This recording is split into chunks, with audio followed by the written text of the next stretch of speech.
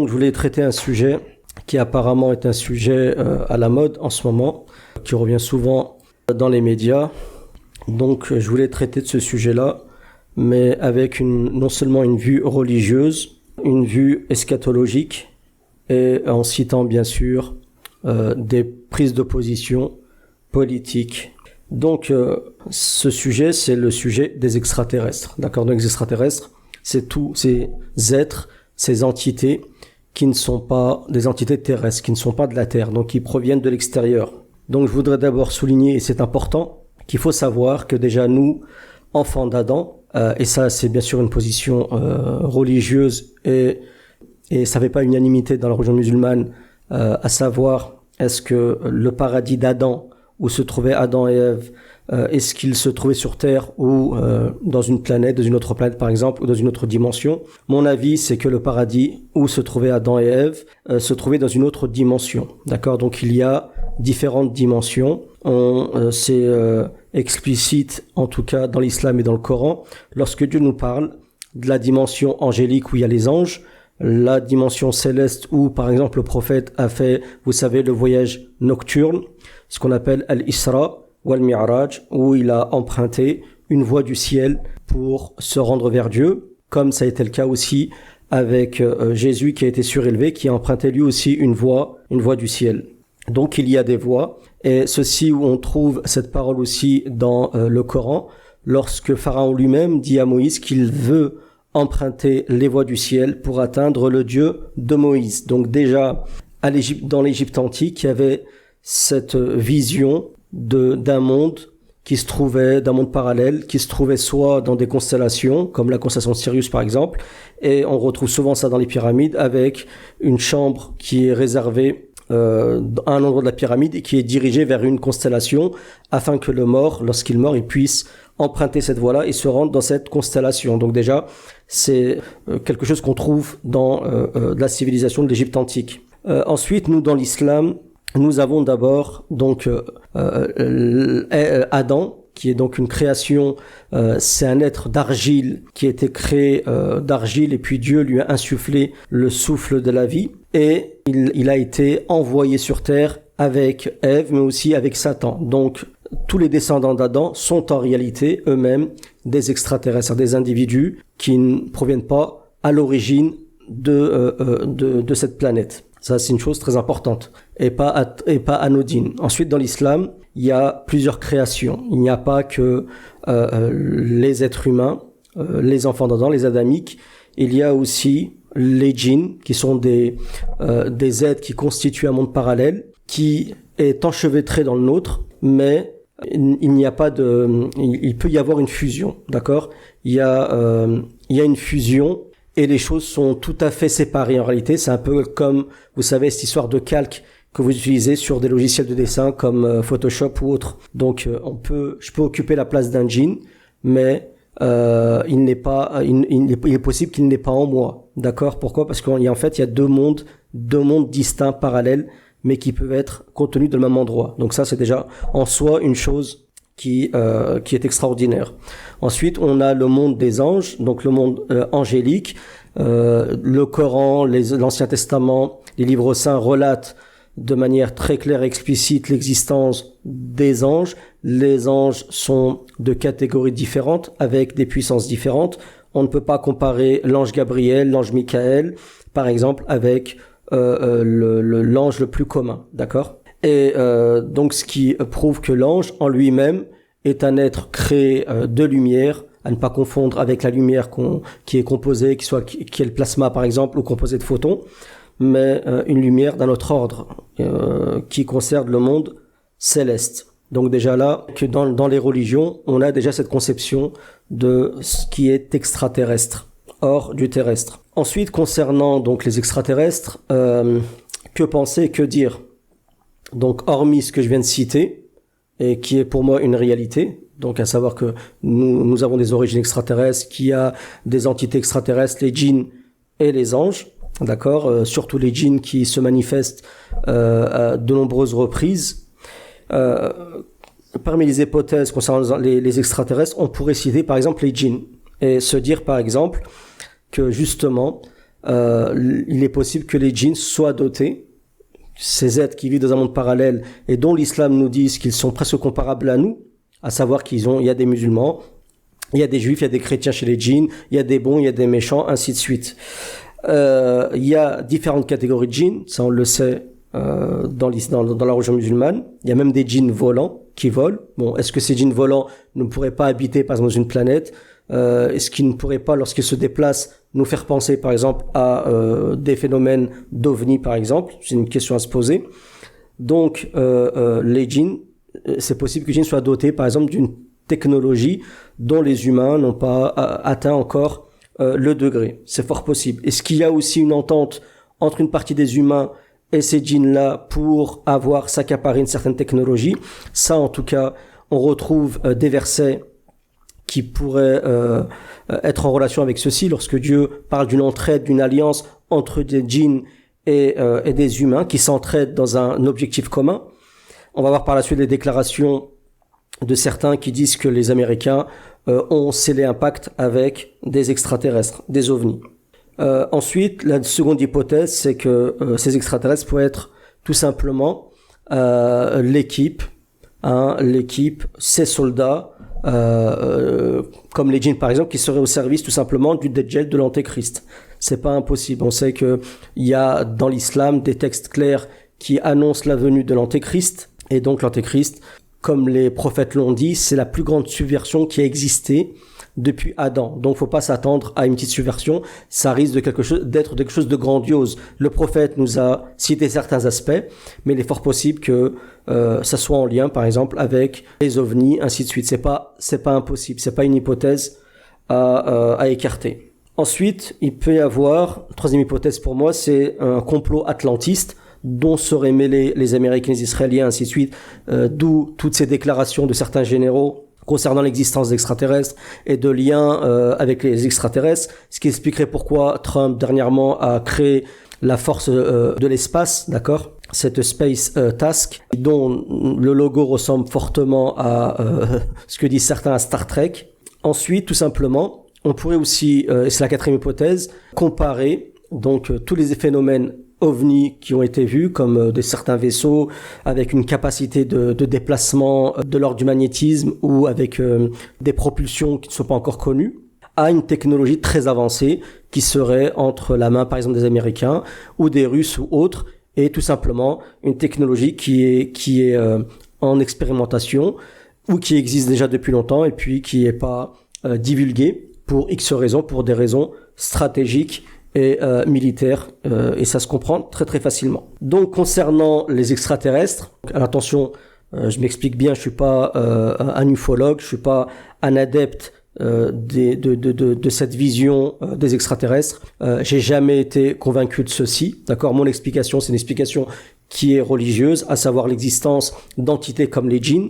Faut savoir que dans la religion musulmane, dans le Coran par exemple, il n'y a pas de versets qui pourraient nier l'existence d'extraterrestres. Dans un verset, Dieu parle de l'existence de dawab, de dabba, qui sont ces créatures qui se déplacent sur la terre. Et Dieu dit qu'il en a mis un peu partout, il en a parsemé dans les cieux et dans la terre. Certains disent que ces dawab, les extraterrestres, pourraient faire partie de ces créations, de cette création divine, par exemple. Donc il n'y a pas vraiment dans l'islam de versets clairs qui dirait par exemple qu'il n'y a pas d'extraterrestres, mais un verset qui dit que Dieu il a créé, où Dieu dit je n'ai créé les hommes et les djinns qu'afin qu'ils m'adorent. Donc ça veut dire qu'il a créé ces deux entités avec l'objectif d'adorer Dieu. Ça veut pas dire qu'il n'y a pas d'autres créations. Ensuite on a concernant donc ces ovnis, certaines personnes qui y croient dur comme fer, et vous avez certaines déclarations, notamment une déclaration qui est intéressante, celle de Paul Heller, qui était pas moins que je pense le ministre de la Défense, l'ancien ministre de la Défense du Canada. Bon, c'est des déclarations anciennes, mais elles sont quand même pas anodines. Je vais vous mettre la vidéo. Although as Minister of National Defense, I had sighting reports of UFOs. I was too busy to be concerned about them at the time because I was trying to unify the Army, Navy, and Air Force into a single Canadian Defence Force. And that itself was a kind of battle to the finish. So this was not high on my agenda. But about 10 years ago, I started getting interested due to a young man from Ottawa sending me material on the subject. I told him I was too busy to read it, but he had confidence that someday I would. It took me a while to get around to reading it, but I took it for my summer reading in 2005 and was really impressed with what was contained in it. And what I thought to myself is there are huge issues here, huge issues. And the American people and the people of the world have a right to know what's going on because they're part of it. It's not just an isolated thing. I accept the invitation of Victor Vigiani, who's over here somewhere, and his cohort, Mike Bird, to speak to a symposium at the University of Toronto. And I said, UFOs are as real as the airplanes flying overhead. That gave me the dubious distinction of being the first person of cabinet rank in the G8 group of countries to say so unequivocally. Vous avez ensuite la déclaration d'un général russe, Savin. Ensuite, nous avons la déclaration du chef du programme spatial israélien qui s'appelle Hayam Eshed, donc qui est diplômé en aéronautique, ainsi de suite, et qui fait plusieurs déclarations. Ensuite, la déclaration de Medvedev, qui est pas moins que je pense qu'à un moment il a été président de la Russie, ou en tout cas c'était Premier ministre, en tout cas il a un haut poste politique en Russie. Et il a fait des déclarations, lui, carrément, où il parle dans une vidéo d'une liste de personnes qui seraient liées à des extraterrestres. И что вы знаете абсолютно все. Ну вот, например, прилетали на Землю инопланетяне, вот те самые зеленые человечки. Значит, рассказываю вам первый и последний раз. Вместе с передачей чемодана с ядерными кодами президенту страны приносят специальную папку. На ней написано «Совершенно секретно». И она целиком и полностью посвящена пришельцам, которые посетили нашу планету. Одновременно предоставляется доклад от абсолютно закрытой спецслужбы, которая занимается контролем пришельцев на территории нашей страны. Значит, две эти папки передаются вместе с ядерным чемоданом. После прекращения полномочий, соответственно, эти папки передаются новому президенту. Более подробную информацию на эту тему вы можете получить, посмотрев известный хроникально-документальный фильм «Люди в черном». Вышло несколько версий. Сколько их среди нас? Сколько их среди нас, рассказывать не буду, потому что это может вызвать панику. Que pensez de ça? Est-ce que c'est un canular? Est-ce que c'est un mensonge? Est-ce que c'est un complot? Est-ce que c'est fait exprès pour, laisser les gens s'imaginer certains trucs? Je sais pas. En tout cas, ces déclarations, elles existent. Ensuite, vous avez aussi les déclarations d'un président d'un endroit que je connaissais même pas, qui s'appelle la Kalmoukie, qui serait une sorte de pays proche de la Russie ou en Russie, où là-bas, c'est un pays qui est connu pour les échecs, où il y a les plus grands champions d'échecs. Et lui, pareil, il a fait des déclarations. Ensuite, vous avez le témoignage du général Denis Lety, donc Denis Lety, plutôt, excusez-moi, donc c'est un général français, et donc lui il a fait partie d'un programme spatial, ainsi de suite, et il a remis un rapport, je crois que c'était à Lionel Jospin à l'époque, avec des arguments et des témoignages, et plein de témoignages de militaires, surtout les militaires, ceux qui utilisent les avions, où ils ont vu des phénomènes justement qu'on peut pas expliquer et qui sont pas en tout cas explicable pour l'instant sur le plan terrestre. Je vous mettrai une petite vidéo pareil sur le témoignage de Denis Lety. En 1999, un général, le général de division de l'armée de l'air Denis Lety, publie un rapport avec l'association des anciens élèves de l'Institut des hautes études de la défense nationale. C'est le rapport Cometa. Ce rapport fait l'effet d'une bombe, car il est rédigé par de nombreux militaires.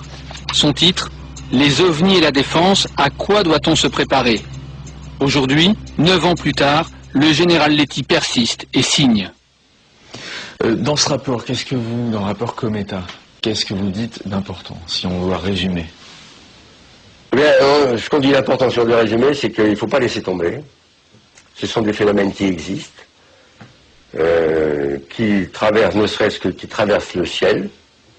Et donc, ne serait-ce que, alors je vais vous citer ce qu'avait dit le général Touvrez quand il commandait la défense aérienne, il n'y a pas si longtemps, il y a 3 ans, je crois. Il y a des phénomènes lumineux, des phénomènes qui traversent le ciel, il faut savoir ce que c'est, en tant que responsable de la défense aérienne.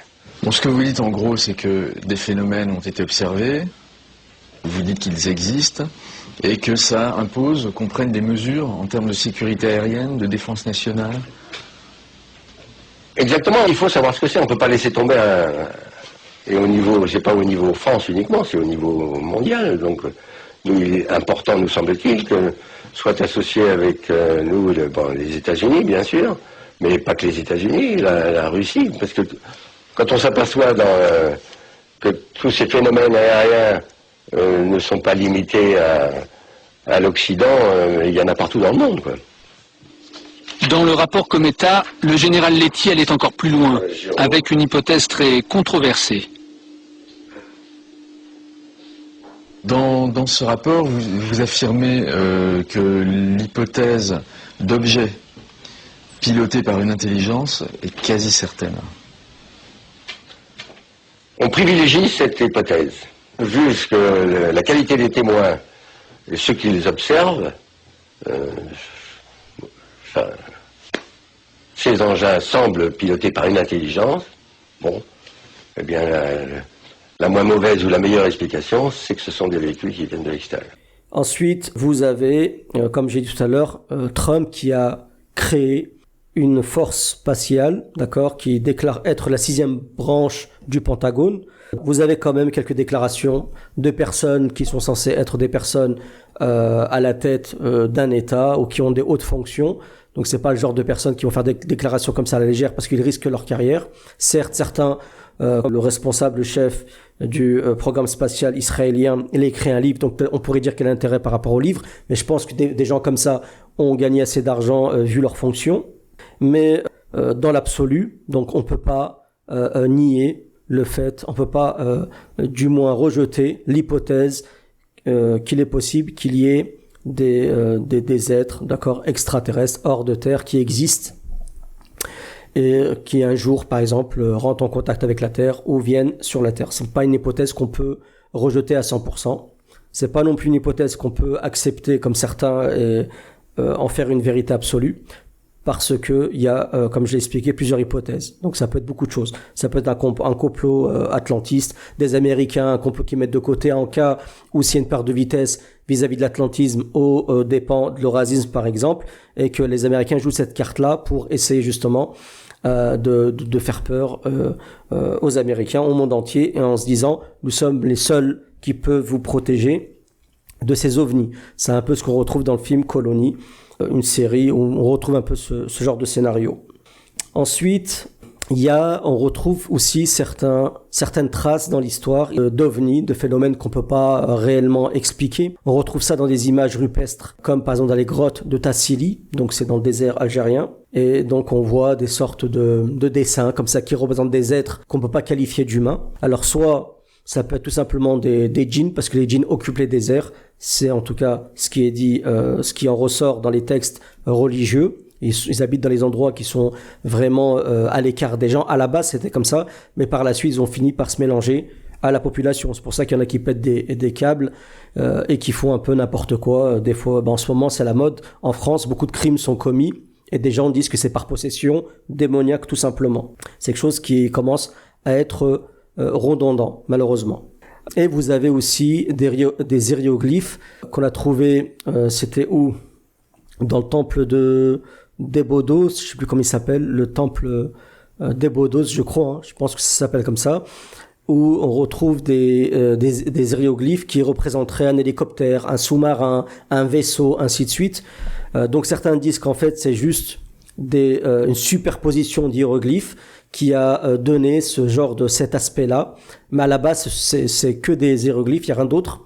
Mais en imaginant que ce soit réellement ça, que ce soit vraiment des dessins qui représenteraient des sous-marins, une technologie qu'on a actuellement, et donc des dessins qui dateraient de l'Égypte antique, comment expliquer ça? Imaginons par exemple que les humains arrivent par, comme en ce moment ça avance vite, par exemple sur la dernière découverte je crois que c'est les Chinois, du fait de pouvoir faire remonter un photon en quelque sorte dans le temps, d'accord, c'est pas si je simplifie un peu, mais imaginons que les recherches elles avancent et qu'ils arrivent dans le futur à aller dans le passé, pourquoi pas se rendre dans l'Égypte antique et aller communiquer avec la civilisation de l'Égypte antique qui est d'ailleurs très aimée, très respectée, notamment dans personnes qui sont dans le domaine technologique par exemple. Donc c'est une hypothèse. Ensuite on a aussi un personnage qui est l'antéchrist.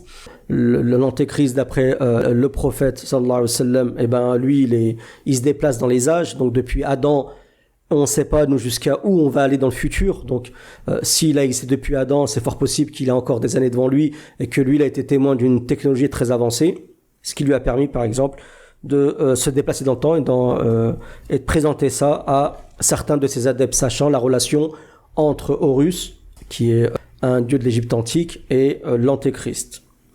Donc voilà, pas être aussi long, donc voilà une vidéo, j'espère qu'elle n'a pas été très longue, sur le sujet, mon avis, sur le sujet des extraterrestres. Donc je répète que moi, je ne dis pas que ces êtres-là existent, d'accord, je dis juste que, en tout cas l'islam, sur un point de vue religieux, l'islam ne dit pas que les extraterrestres n'existent pas, d'accord. Beaucoup de personnes, il y a énormément de témoignages de personnes qui ont vu des phénomènes inexplicables, d'accord, qualifiés de phénomènes ovni.